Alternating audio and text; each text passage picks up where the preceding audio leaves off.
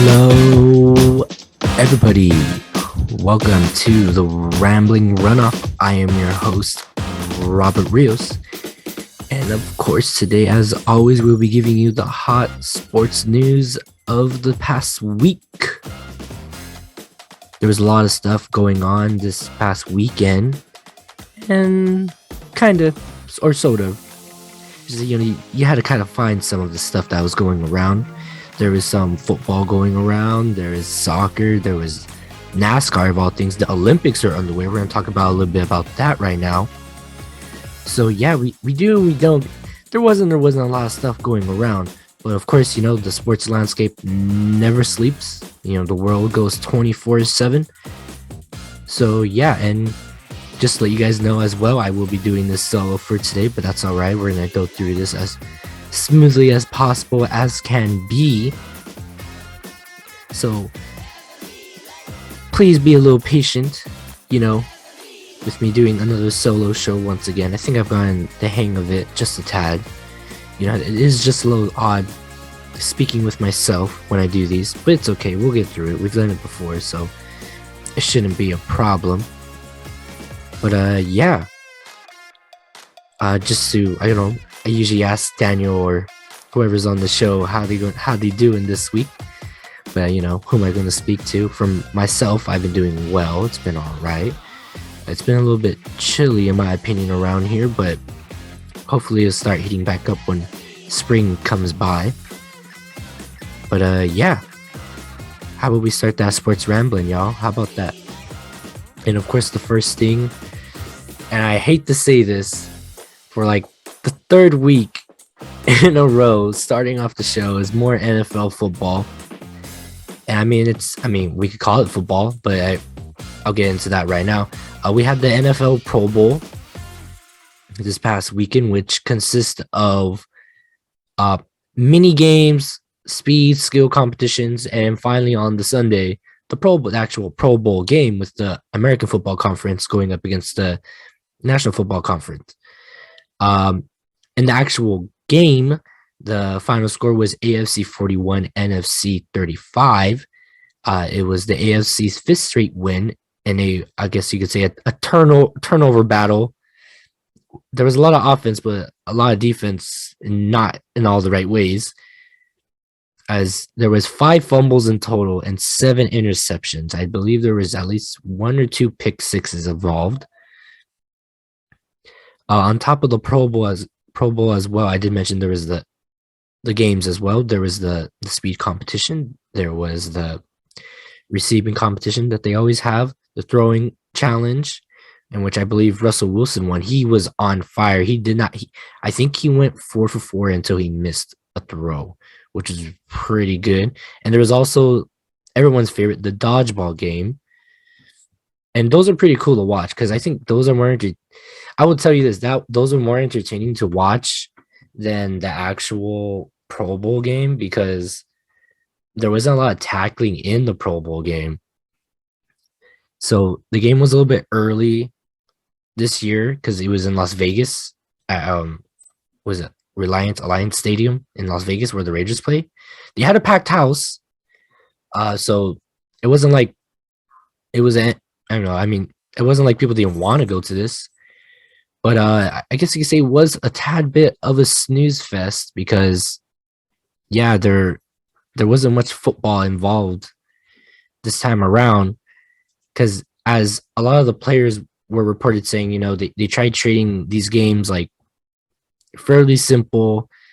During practice, they weren't going too crazy. They weren't expecting the punts either. They told one of the punters, yeah, you're not going to kick that much today. The whole point in which a lot of players were quoted and to summarize was they wanted to have fun and, emerge unscathed, come out with no injuries, no knocks, no nicks, because, you have at least a 2-month off season. You pull a hammy or dislocate a finger, that's at least 2 to 3 weeks out of your off season where you can't really do much. I don't know what the teams tell their players not to do. They do have that in some contracts where you're not allowed to do specific things just in case, in fear of injury or death. But yeah, I did get to watch some of this game. I had to watch the rest of the highlights, and yeah, there wasn't much tackling going around. In which, if the defensive lineman came up to Russell Wilson would just have to stand there, and the lineman would just touch him, and they would call the play dead. There was some interesting things that did happen. Specifically, I mean, you could probably even say more entertaining than the actual game itself. There was a Mac Jones run where he got touched, but they called it dead, of course, but he just kept running down the field, pretending to score a touchdown, and he started doing the gritty. That got the crowd pretty hyped. The Diggs brothers, they went one-on-one. Stephon Diggs won both those battles, kept the ball away from his brother, and then caught a touchdown in which he juked his other brother. I want to say Mike Evans had the play of the game, even though there weren't much highlights at all. Even though there's a lot of weird plays going around.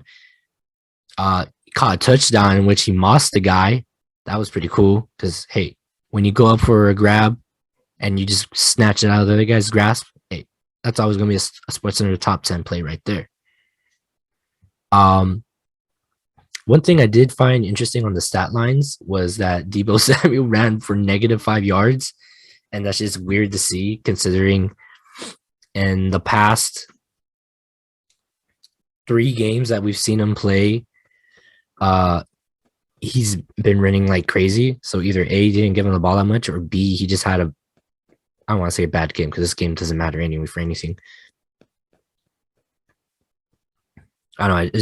It just looks weird to see negative yardage in an all-star, well, not all-star game, but in a Pro Bowl, which is supposed to mean stuff. But yeah, I mean, along with other stats, I would like to read off Kyle Murray, 18 of 27, 160 yards, 3 touchdowns, 1 INT. Mac Jones, 12 of 16, 112 yards, 1 TD, 1 INT. Jefferson, 1 carry, 7 yards. Nick Chubb, 6 carries, 17 yards. Mike Evans, 2 receptions, fit for 50 yards with the 1 TD. Mark Andrews, 5 receptions, 882 yards, 2 touchdowns. So those are some of the, I guess, more standout performances or higher performances of the game. Overall, the MVPs were Justin Herbert and Max Crosby, who were named in the AFC's win and named MVPs in AFC's win in the 2022 Pro Bowl game. So yeah, I guess back to my argument about if this game could have been, I guess, better. I mean, if this was flag football, it would have been better to watch because, I mean, it's not tackling. I mean, this is tackle football. They're in full pads, helmet, knee pads, the full 9 yards. So that's why it was just odd to, like, see the referees call a play dead when they, like, barely make any type of contact. Like that Mac Jones run to the end zone. They tapped him on his shoulder and they called the play dead. I could hear some slight boos from the crowd from the video that I was watching. I mean, they got excited when he started dancing, when he was running and dancing, but yeah, it's not entertaining to watch when it's not worth your time. It's almost, I mean, basically a waste of time if you're expecting like a good competitive competition out there. But I mean, it makes sense for the players. It's not worth anything considering it's at the end of the season. And I mean, even if it was in the middle of the season, I would say it wouldn't matter still, considering football is probably the second heaviest contact sport out there, probably behind rugby. I mean, if you have a different opinion, let me know. But yeah, I mean, I would like to see a more competitive game. Deion Sanders, he was pretty open about it on Twitter. He said, he would like to have seen a more competitive game. He was looking at this game. It's like, what is this? Like, this isn't really a Pro Bowl game. When they tell you when you're a Hall of Famer, they say, oh, you're a 7-time, 10-time Pro Bowler. Like, oh, like you were recognized by your peers that you played really well. And even that's what Deion Sanders was saying. Like, why was the play not that good? Like, when I was playing in the Pro Bowl, like, we still play like heads on at least. Like, yeah, we had fun out there. We tried fumble rooskies. We I'm just speaking from my own opinion, but from to convey what he's trying to say, because I agree with his opinion, is like, you guys can still do all the fun stuff, but still play the game at least, because like someone else that probably plays football could also probably agree with what I'm saying, that they were mostly playing like, I don't know how to, like a pre like a pre-game practice run through type of style where if you've played football, you know what I mean, where it's beanies versus helmets, no shoulder pads, no pants, you're just in shirt, t-shirt, just your helmet, like that type of style of play. And there's even like another style where it's just shoulder pads and helmets, no pants, and it's still just just you're still making contact though, like that's why it's just odd to see them be in full pads and not make contact in this game. But then again, I don't get paid millions of dollars to go play football, so what the hell do I know?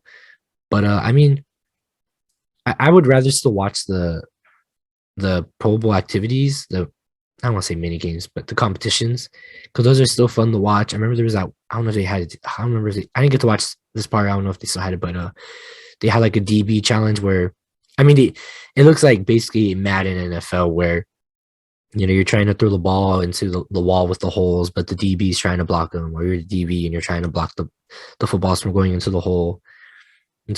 But I mean, those ones are pretty cool. I remember there was, I don't know if they did this year either, but they did like a tic-tac-toe field goal challenge in which the kickers were, like they were playing golf out there. Like, if anything, golf looked more exciting than the actual game that they were trying to play. Basically, they put it was like a modified field goal in which they had like paper mache and like rows of 3, so it was 9 in total. And basically, the whole point was that the kickers had to kick the ball through the designated square and get tic-tac-toe. I don't remember what happened out of it, but I don't think they did it this year because it was kind of weird and kind of slow to watch. But hey, the dodgeball game was fun. People love getting hit in the face. It was kind of weird. They had like these weird camera, like they didn't have multiple camera angles, so it was kind of hard to enjoy to watch it because you can only see it from like 2 sides, and all the other events had multiple camera angles, so you couldn't get better angles of the catches and the hits. Like all these players, like they're playing like for real. Like, I mean, they're not professional dodgeball players, but they could throw, they can catch. It's more or less just a throwing game. So I don't know. It was just, I feel like they could do better with this Pro Bowl. I mean, specifically after this performance in the Pro Bowl, maybe who knows, next year they'll be a little bit more enthusiastic to play in the game. I mean, they were in Vegas. It's supposed to be for fun anyway. They're probably having a good time with their families or with their friends, doing a lot of fun activities you normally wouldn't get to do during the regular season. So, I mean, it's okay. I would have just liked to see a slightly better game. I mean, the final score was pretty high, 41-35. I mean, yeah, there were some interesting things to watch. Like I was saying, like they could do different things, like different trick plays. I mean, I wouldn't say they did that a lot, but hey, people love it when they start pitching the ball because they're not going to tackle you, so you might as well try it. But I mean, I feel like even in the regular game, I feel like they should do that because it just makes the football more enjoyable. I mean, I'm speaking on the positives of the Pro Bowl game because not all the time you get to see them do random stuff during the actual like run of play. Like if you're in the 2-minute warning or you're trying to run a 2-minute offense, you're not going to see Aaron Rodgers or Derek Carr, try to pull something out of their ass or have the team pull some miraculous play that, will catch the defense off guard. That's not always going to happen. I mean, here in this game, everyone's just kind of like whatever. So you can do your double or triple flea flicker, turn around and around run plays and, have it gain positive yardage. Usually those if you try it and for fun in a regular run of play, may or may not work out so well. I mean, if you're an avid NFL fan like myself, you've seen it where it doesn't always work, but when it does, it's golden. So I mean, you get a lot of those in the Pro Bowl, so that's pretty fun. But into like comparison into other like sporting events like that do this, like there's the MLS All-Star Game, the NBA All-Star Game, the NHL All-Star Game, the MLS, or I already said the MLS one, but excuse me, you guys already get my point where the product could have been better, with the NBA All-Star Game that's coming up also very soon. Like they've already had to change the format multiple times because you just get high scoring slam dunk competition part 2. And, those aren't always enjoyable considering like how the NFL players took it. They just wanted to have a good time and not get hurt and, do different stuff that they wouldn't do in a regular game because, they're all competitive. They're all trying to win the championship. And which, there's not really much to say when you win the All-Star game. Even with the MLS All-Star game, it's slightly competitive. Both teams are trying to get hurt. They've also changed up their format. Usually the MLS All-Star game is, the MLS, well, they've done different formats over the past couple of years. They've done games where it's been East and West. They've done, usually per se, it's the MLS All-Stars versus another foreign or independent club. So they've done MLS versus Chivas Guadalajara, MLS versus Manchester United, MLS versus like Juventus, Real Madrid. The past MLS All-Star game that they did MLS All-Stars versus Liga MX All-Stars, which is basically them partnering up with the Mexican League, in which I believe that the MLS won, I believe, if I remember correctly. So, I mean, it's not a big deal, but they're fun to watch. I mean, a little neighborly rivalry there. So that's fun to watch. So maybe if the NFL could try modifying something with the game, it would probably make it for, I guess, a more competitive thing. Because just, the two teams, they go out there, they throw the ball, they run the ball. I think there was 2 field goals in total, and there was no punting at all. I think there was a 4th and 15 rule that they were implementing. So, yeah, that's not enough to, change the game. So, I feel like the league is going to have to severely upgrade how they do this for next year. I mean, I feel like the best Pro Bowl games, probably like in the mid 2000s, they were going to Hawaii every year. So that was like a big deal. It's like somewhat of a big festival of sorts, this is what's supposed to be, like somewhat of a festival, but you can't really do that when the players are not too interested or trying to avoid injury. So it's like, yeah, we want to do this, but we can't fully invest our bodies into it due to that one aspect, trying to avoid injury. Because you've had big hits, you've had astounding plays from players in the Pro Bowl before. So it's not like they can't do it. They just decided not to do it. So I mean, I don't want to be those people that are like, oh, like this is a bad idea, but this is a totally bad thing. So I'm gonna try to give you my 2 cents. Hopefully this sounds good. If you have your opinion, hit us up on Twitter about it. Maybe they could do 7-on-7, semi-contact, and not like whatever the hell they were doing this Pro Bowl game. 7-on-7. Split up into teams. That way it's still competitive. You still have some fun with it. It doesn't get rid of that aspect of it. It's just that you don't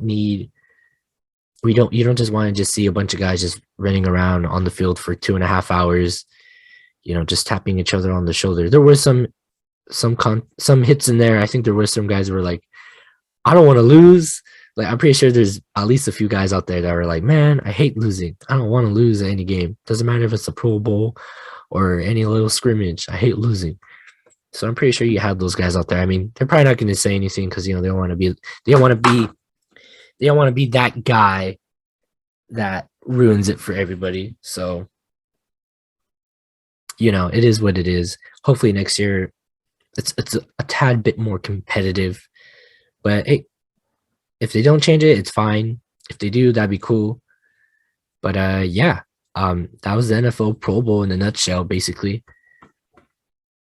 Just got to do a better job on I don't want to say marketing the product. Just if you're gonna have it, at least make it exciting to watch, because then you're just gonna be sitting there at the venue or in your home or your apartment or whatever you're at, watching it on TV at a bar or something, and you're just like, well, they're gonna switch the quarterbacks, they're gonna switch the players, and yeah, that's it. You're just gonna see a bunch of faces that you just don't care, But I guess we're gonna move on in our program now from very hot Las Vegas to what's supposed to be very cold, and the Winter Olympics, which are being held in Beijing, China this year.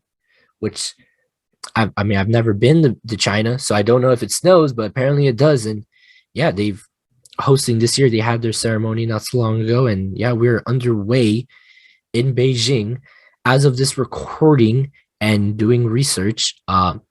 With the medal count, Sweden is in first with 3 gold medals. The ROC, which is the Russian Olympic Committee, which I believe they had 6 in total, but right now they're at 2 golds, 2 bronze, and 2 silvers. Norway's in 3rd, Canada's in 4th, China's in 5th, Germany is also in 5th. I believe the USA is in 14th. It's saying right now that they have 3 silver medals, but I could be wrong. Even though it was kind of odd when I was looking this up, because I was expecting to see the US somewhat in the top, because they started giving out medals pretty early sometimes, because there's like smaller events or events that they have to do earlier because there's so many competitors. So I mean, it happens. But I think that is the current standing. I know there's a lot of countries that are tied right now. So yeah, the US currently, have this recording, have three silver medals, 3 in total.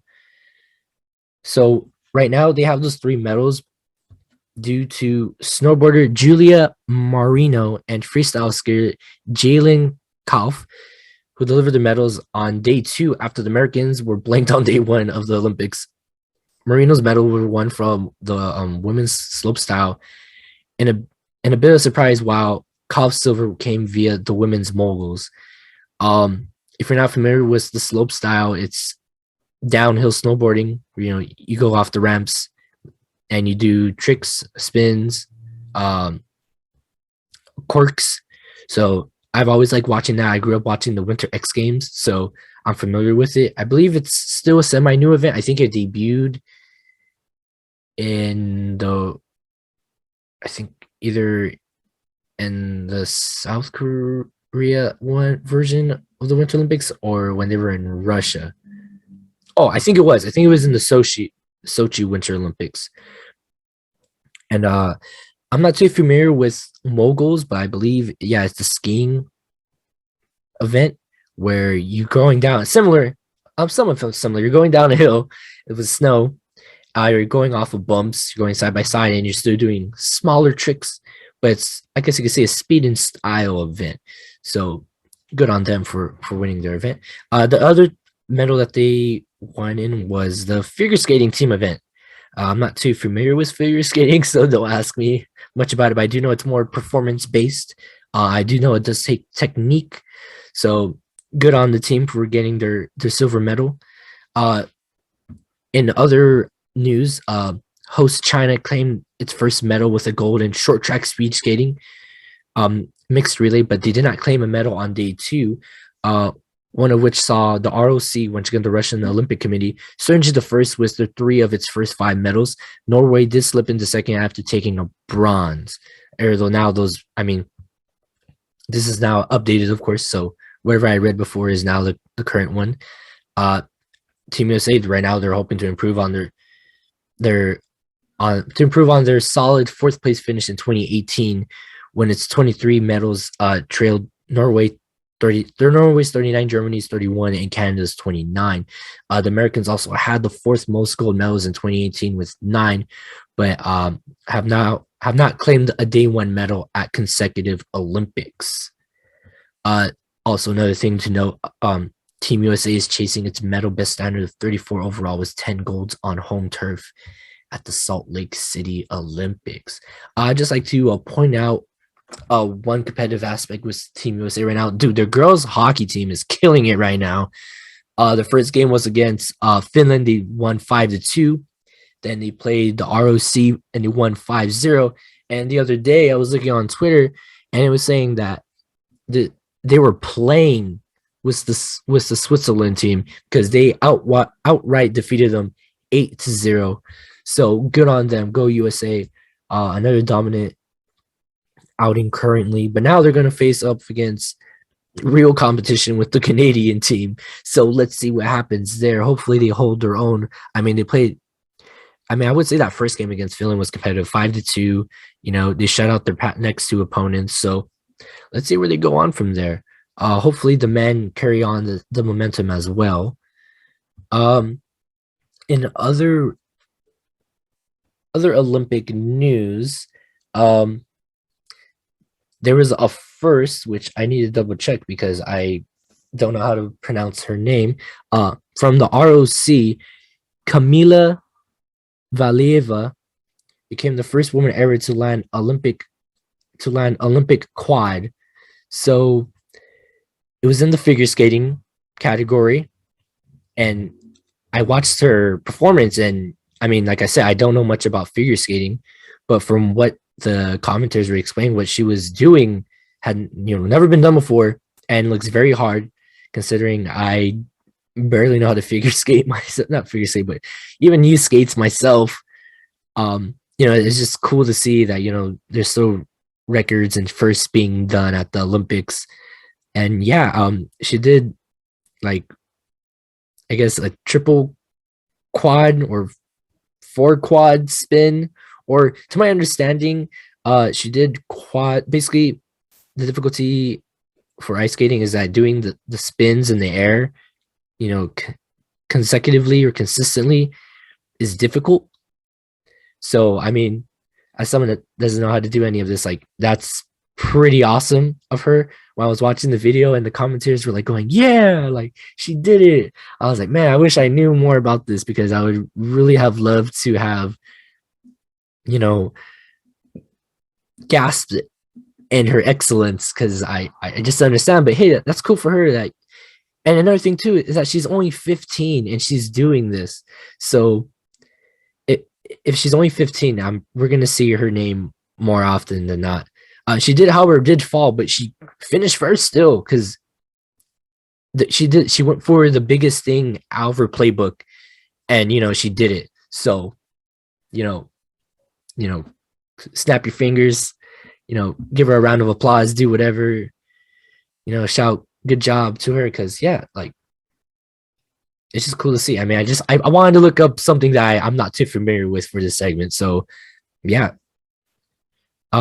Another thing I would like to point out for the US, and I just wanted to give out a shout out to Camila, but another thing I want to point out in this Winter Olympics, Shaun White was doing a presser, and he said this will be his last hurrah in the Winter Olympics.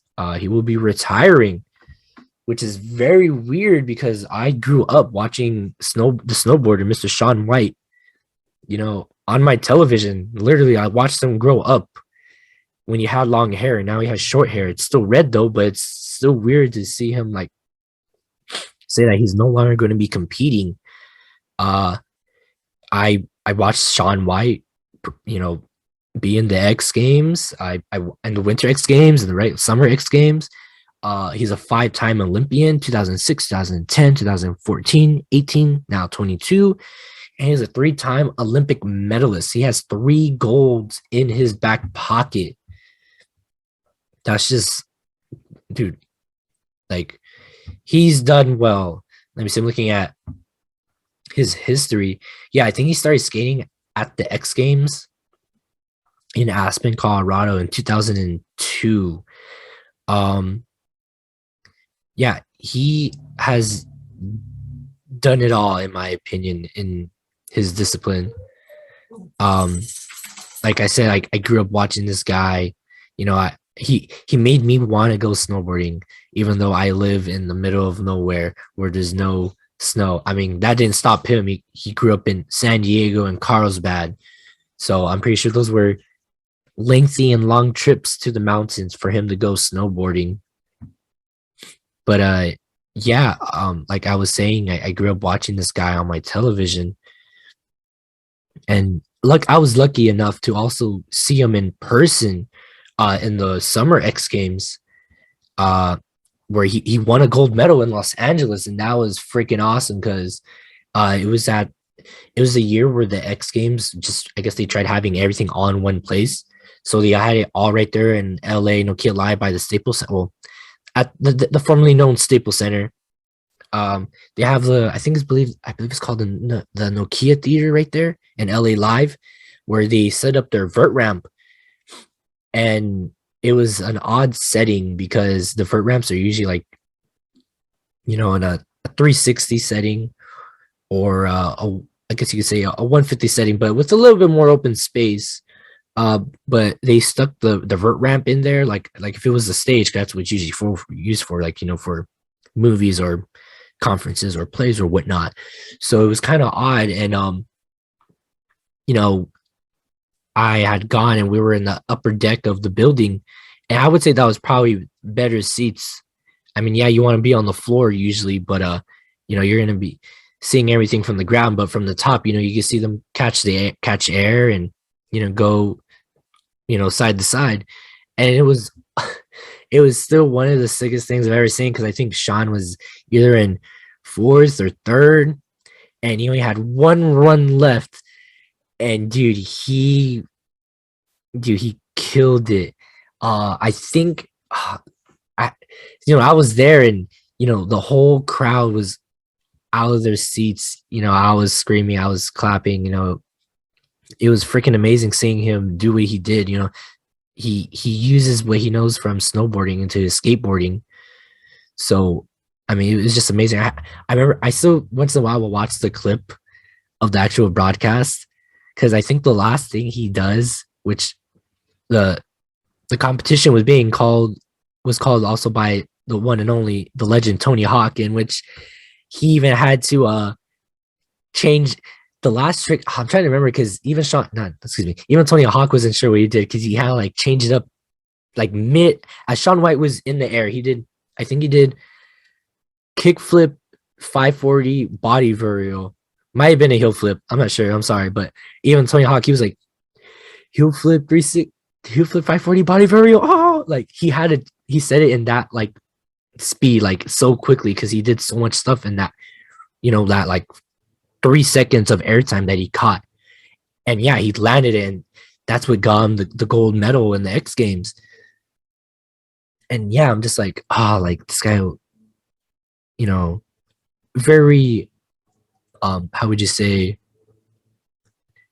I want to say inspirational, but, you know, he was part of my life. Like I said, like I literally every year watched them on TV. You just knew if Shaun White was there, he was going to kill it. But yeah, just I guess let me see if these are his correct X Games accolades. He has earned 5 medals in skateboarding at the Summer X Games: 2 golds, 2 silvers, and 1 bronze, becoming the first athlete to compete and medal in both the Summer and Winter X Games. And he also became the only athlete to score a perfect 100 in the Superpipe at the 2012 X Games in Aspen. I think I remember that too. Dude, that shit was crazy as well. Oh man, dude, I'm gonna miss this dude. I remember there was that one year where he ate shit. so hard. He hit his face on the snow half pipe, and his face was like a bright red. He wasn't bleeding. It's just that he like smacked his face into the snow. He's like, I just remember he was like curled up, like face down, like, oh, that hurt. And he took his helmet off and he just flips his hair back, like, all right, I'm good. Like, like good times, good times. So I am going to miss watching him perform, or I guess compete in the Olympics, and I think also the X Games as well. This is, I think, yeah, he did call it not so long ago. So, you know, hats off to him. But yeah, I mean, to move on from Shaun White's retirement, there's a lot of interesting other events here at the Winter Games. You know, there's the alpine skiing, the luge, which is fun to watch, the biathlon, bobsledding, cross country skiing, the skeleton, short track speed skating, regular speed skating, which is totally different. Trust me. Freestyle skiing, the curling, which I got to see. I believe I watched like a clip of the U.S. mixed team, where it's the one where they are, how do you say, throwing like the stone brick, and they're they're trying to, like, it's kind of like bocce. Are people familiar? I think it's called bocce. It's like an Italian thing where you're throwing like a ball in the sand or in the dirt and you're trying to get into the net. It's like that, but on ice. So you're throwing like the stone thing, and your partner is trying to like scrub a path for the stone to land or hit another rock. So I saw that. I think the mixed team got eliminated, unfortunately. But I was able to see that. But it was just interesting because there's somewhat yelling involved, in which it's kind of like cycling, where the crowds get hyped, just for fun, just get a little buck wild out there. I did see some of the ski jumping. I believe Japan won a gold medal, which I think in the event, which I haven't won in, like, I think, if I read this correctly, in the past 50 years. So good on them. Another thing I usually like to watch, not in the Olympics per se, but the luge, I think, and the bobsledding. Those are pretty cool to see because they're going so fast. And like, it's just crazy for me to think that, they're starting from, it's another come down the hill type of thing. But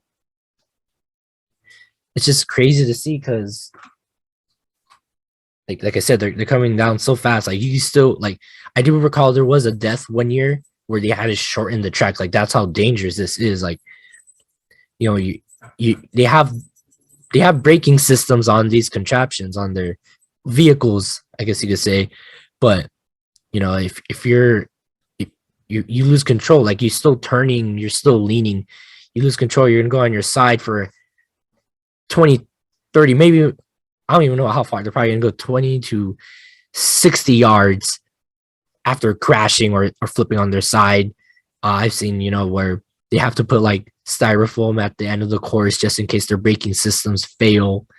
So I mean, there's that, but those are pretty cool to watch because of the speed and the danger aspect. The speeds, short track speed skating is also cool. I do find it kind of weird too, where the guy in last place wins the race because everybody crashes. So I mean, not that I'm here to watch them crash, but I'm here to see them. It's the closest thing to track and field for me, so it's cool to see them go as fast as they can and race each other. I also like watching the cross country skiing because same thing, closest thing to running. You're going up and downhill. I mean, I like it when they go downhill because it's like, all right, I gotta go up the hill, gotta climb. All right, now I'm just gonna bomb this hill as fast as I can, and those are cool to see. I did, like I mentioned before, when I was speaking upon Shaun White. I watched a lot of snowboarding. So there's the snowboarding half pipe and the snowboarding slope style. There's also the snowboarding snowboard cross, which is the racing. So I mean, that made me want to do snowboarding when I was a kid, but obviously, like, I didn't grow up in the snow, so I can't relate. But hey, it's the closest thing to racing. You get your adrenaline pumping, You're going off of jumps, you're coming off of sharp turns, sharp curves. I guess you could say there's a few obstacles in there that you throw in every once in a while, but more often than not. But hey, the racing, that's pretty dope. But yeah, I'm trying to see what else is there. Oh, there's I think I said the biathlon, which it's also interesting, which is racing combined with shooting.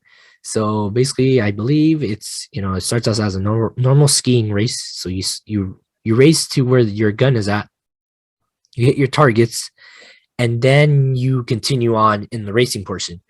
I'm not sure exactly how it's formatted all the time, but that's basically the gist of it to my knowledge.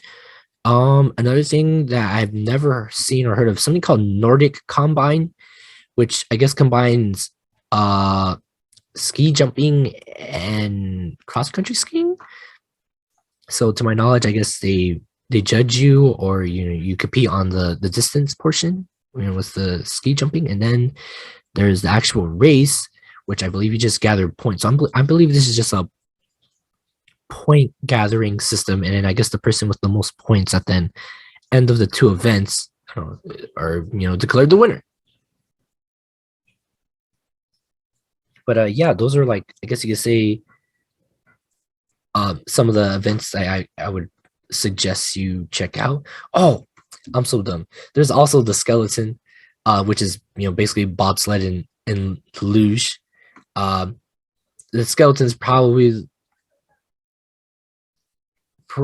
the more dangerous one, because you're going head first at top speeds of, I don't know, I don't even remember, but you're going pretty fast. And yeah, I mean, you're by yourself and you're going up pretty high banks, which I want to say are probably at least 6, maybe even 10 feet high. So you could flip, you could slide off. I think even like with its companion, the luge, which you're on your back and you're going downhill. You're just trying to keep your composure and not hit the wall and crash and burn, basically, because yeah, no one wants to see that at all. But yeah, I believe that's all I have for the Winter Olympic portion. I'm trying to see. Let me look back at my notes right here really quick. But yeah, I wish Daniel was here. I would have asked him if what his experience with the Winter Olympics. I mean, obviously, I don't think he's ever gone to any, but I wanted to see what his thoughts are on the events. I mean, for me personally, I would stay up to watch the Winter Olympics. I mean, yeah, I didn't get to grow up in an area with a lot of snow, but it was just cool to always see, something different, different sports, countries and cultures that you wouldn't usually see in the summer games, because, well, it snows in their region. So of course they're good at, competitions that involve snow or that are cold. So yeah, I mean, I wouldn't say I would stay up late to watch these events, considering they're in China, so they're a day ahead of us, technically, I believe. But yeah, all I gotta say is go USA. But yeah, moving on in our programming for today, there is no warm-up portion of the show, just due to the fact that it is just me today. I made the decision, so yeah, there's no warm-up today. So we're just gonna stroll on in with no warm-up into the rundown. So make sure you don't pull a hamstring as we're doing it. So yeah, in the rundown for today, we got a few things I'm just gonna highlight very quickly.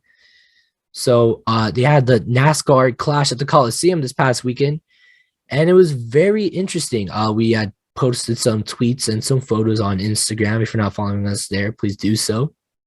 We do update that constantly. It was interesting. So they did set up the track, which I want to say basically this event was NASCAR's disguised as bumper cars. No, NASCAR's version of a go-kart track in a very tight setting, with it being in the Coliseum. So they, as I kind of suspected, they did chop up the races. So I believe they had you know, time trials, and then they had smaller races up until the final race. So I believe they had 9 or 10 cars and like quick races or in time trial style racing. And then from there, they just kept, dividing up the field and up until they had like last chance qualifying. And the final race of the day was the 150 lap, which consisted of 20 vehicles. And the winner of that race was Joey Logano. And to tell you the truth, I'm not sure of the total consensus of hardcore NASCAR fans enjoyed this. If not, but there was a good amount of people at the Coliseum that day. I mean, it was just kind of weird seeing Pitbull and Ice Cube, kind of being there, because I wouldn't say they're NASCAR fans themselves, but hey, I mean, everyone there wanted to have a good time. So as long as people are coming out to see it, I'm pretty sure NASCAR would consider this a success, because we've seen football games in NASCAR stadium or NASCAR racetracks. But yeah, I mean, to be fair, a lot of NASCAR fans, to my knowledge, have been asking for more short track races, which is why also at the Auto Club Speedway in Fontana, also in California, they did modify it to make it smaller. So yeah, I would say NASCAR would say this was a successful showing, considering they had a good amount of people there. The stadium was mostly full. So yeah, good on for Joey Logano for winning the Clash at the Coliseum. Next up, the Dolphins are hiring offensive coordinator McDaniel as their next head coach. Another actually breaking news, sort of, the New Orleans Saints may have already identified who their next head coach will be, and that would be Dennis Allen, who is currently their defensive coordinator, and somewhat of a shocking decision, in my opinion, just due to the fact that they had a plethora of people to, follow in the footsteps of Sean Payton of the New Orleans Saints. I mean, Dennis Allen, the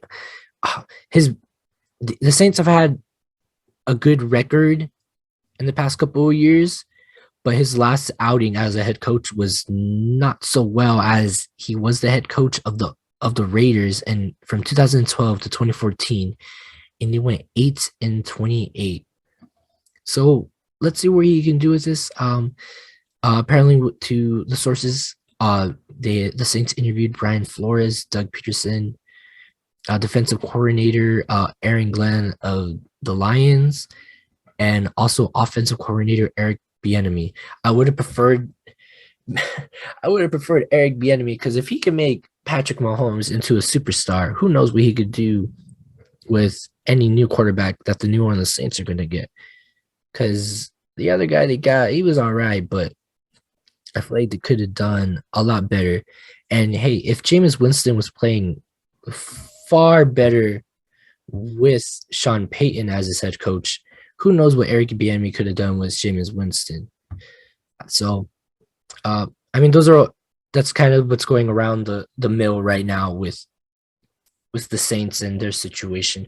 That's just my opinion, of course. I mean, if you were in the Saints situation right now, who would you guys would have rather had? Next up in the rundown, the US, as I know the timing of our episode last week was a little outdated for one small section. Just update you guys, Team USA in World Cup qualifying did defeat Honduras. They defeated them 3-0 in a decent outing. I wouldn't say it was good per se, because they scored all their goals off of set pieces. So I wouldn't say it was all that. The goals were scored by Weston McKennie in the 8th minute, Walker Zimmerman in the 37th, and Christian Pulisic in the 67th. Weston McKennie's goal came off of a free kick, which was served in by Kellen Acosta. The second goal by Walker Zimmerman was also assisted by Acosta. I think it was a corner, another free kick in the 37th minute where Zimmerman headed the ball in. Weston's was also a header, by the way. And Christian Pulisic, who did not start in this game, came in as a sub for Jordan Morris, who got the start. He scored in the 67th minute, which I believe that one was a corner kick, which the ball kind of just landed at his feet and he kicked it in. It was another cold game, which I don't understand why they're scheduling these games in the cold, because I believe they're trying to use it as I don't know what you want to call it, a scare or a fear tactic to their opponents who usually don't play in the cold. But you don't want to do it to yourself, which I think I mentioned in the last episode. So not a very smart decision, in my opinion, for them to make all the players play in the cold, because out there, if the game was played in Minnesota and St. Paul, where Minnesota United plays at, it was 0 degrees at one point. What the hell? So yeah, the US, get the 3 points. I mean, that's what's important, right? But they still didn't look good. Like, you want them to score their goals either in transition or in a fast break. So it's just, I don't know. They need to play more. They need to do more than just score off of set pieces. But as I was, watching that game, I think that's what they were trying to do against Canada. They were trying to get fouls and they were trying to get corner kicks. So it's like, wait a minute. What type of strategy is this? So very questionable decision by Greg Berhalter, which is probably why he said that their defeat against Canada was dominant, but it's still not. That's not going to do it. In the standings currently, Canada is still number 1 with 25 points. USA still somehow, some way in second, 21 points, tied with Mexico in third with 21. Panama was 17. Costa Rica was 16. I believe, yeah. And El Salvador with 9 points, still hanging in there. Jamaica and Honduras have been eliminated, unfortunately. So yeah, that's where the US stands at the moment. But just to continue on in the soccer world, there's been a lot of soccer going on. Some I just didn't know because, well, for one, they're not in this part of the world for me, and they're a little difficult to follow. There's been the African, no, excuse me. Oh yeah, the African Cup of Nations tournament just wrapped up, where Senegal beat Egypt in penalties. How you say his name? Sadio Mane went up against his teammate Mo Salah in the final, so that was interesting to see. So good job on Senegal for getting the win. There was also the Asian Football Confederation, I believe, the AFC tourney. Right now, they're still going with their qualifying. I watched the highlights the other day of Vietnam defeating China 3-1, which was a big deal. Usually out of that region, you see like Iran, Japan, South Korea play well. So let's see, how they, what comes out from out there. I think in the last World Cup, we saw South Korea, Iran, and I think Saudi Arabia came out from that region. So we'll see where that turns out. Also, apparently there's the Women's Asian Cup, which helps decide who's going into the tournament. So to my understanding, the way they're formatting is the final 4 teams in the tournament, which is being held in India at the moment, move on to the World Cup, Women's World Cup, and then there's also a playoff system or a round robin to pick a 5th team from the Asian region. So right now they've already wrapped up. I'll tell you the winner in a moment.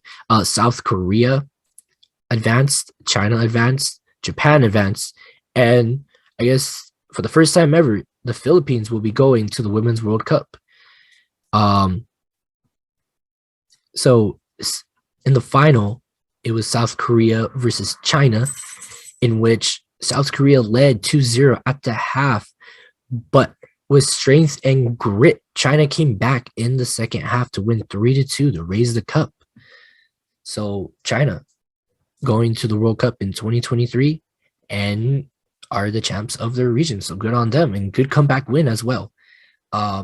So those 4 teams will be headed to the Women's World Cup in 2023, which will be hosted by a dual host World Cup, will be hosted by Australia and New Zealand. So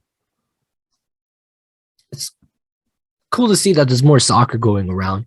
I mean, I wouldn't know these are going around because these are not highly attended or highly publicized games. So you just kind of gotta find it. I know that the AFCON games are going around. There was like a weird thing that happened. I don't remember who was playing, but the moral of the story was that the referee was 85 minutes in the game called for the final whistle. And I believe the score was 1-0 and the other team was trying to score. And they're like, yo, why did you call for the whistle when we got 85 minutes and, they're in uproar? The assistant referees are trying to calm them down. And it's like, what do you mean you guys are calling it a final whistle? We still got like 10 minutes left. And it's like, we still got 5 minutes in extra time, in which I think it's been hot. So they had water breaks. So it's not like they weren't going to have extra time. And then, so they continued the game from the 85th minute because the AFCON or FIFA officials that were there were like, yeah, you guys got to keep playing. So the referees are, all right, we'll keep playing. And at the 89th minute, he calls it, as if the game is over now. And they're like, no, where's our extra time? So all the teams leave. They go back into the locker room. And then apparently they're like, okay, there's supposed to be like at least like 5 minutes left of the game. All right. But eventually one of the teams like, you know what? It's too hot. We're leaving. We're out of here. So the game ended as is. But that's just other soccer news. I think Inter Milan and AC Milan played, in which Olivier Giroud scored 2 goals in the span of like less than 10 minutes to help his team win. So I think he's playing for AC Milan. I don't remember off the top of my head. But yeah, it's cool to see Giroud still putting in bangers for his teams. Hopefully he could continue doing that for France when the next World Cup comes around. And the last thing I have listed here in the rundown, and I would like to apologize because me and Daniel don't exactly watch a lot of hockey. So alongside the NFL Pro Bowl, there was also the NHL All-Star Game that was also held in Las Vegas. I mean, I do and I don't watch a lot of hockey. We do tweet / post stuff on Instagram about it. It's not that I didn't grow up watching hockey or anything. It's just that, well, I've never been to a hockey game and I don't know many hockey fans personally, like all the time. So, I mean, yeah, I guess you could say I'm, as a Californian person, I like the Kings because they're the one that last California team to my knowledge win something, in which, I think they went back to back or they even had that 3-peat. I'm not sure. I got to double check that. But yeah, in the All-Star game, the Metropolitan region won again. To my understanding, they divide up all the team. They do like a 3-on-3 competition in which they're all divided up in their division. Because I think they used to do the same thing like the NFL and all the other teams. That they do like, they do skill challenges and then they do what do you call it? Like one big game, but those games could just be high scoring games where people are just skating around. I'm just assuming this was their problem. They were just skating around, there's not a lot of contact. And yeah, that'd be it. So I guess to make it competitive, and which is why I brought up the 7v7 for the NFL Pro Bowl. You could do the 3-on-3 competition. I mean, they're doing the 3-on-3 competition. So, it's like a little mini tournament of sorts. So I think the NFL could probably adopt something very similar. Or they could do, you could do both. You could do 7-on-7 flag football or 7-on-7, light contact. Similar to what the NHL is doing. And, they got another packed house out there in Vegas. So maybe they could, do something similar to that. But yeah, I'm sorry we don't cover a lot of hockey on here. So sorry we never noted it. It was this past weekend as well. So oopsie doopsie. We'll try doing a better job next time. But yeah, I believe that's everything I got on the schedule for today's show.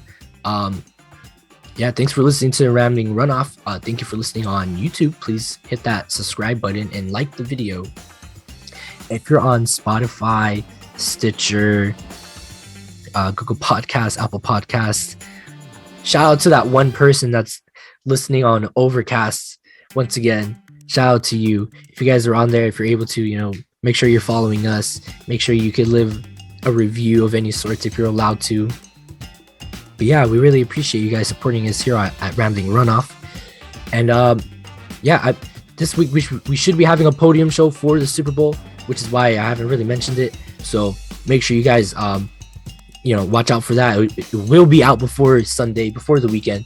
So make sure you guys are following us on the socials. You can follow us on Twitter at Off Rambling and on Instagram at Rambling Runoff. Once again, we do have our TikTok. I mean, we haven't really posted much on there, but we're going to get to it. If you want to find more from me, your host, you can find me on Twitter at Robert RRY. Once again, this was Rambling Runoff, your host, Robert Rios, myself. See you guys next time. Peace out.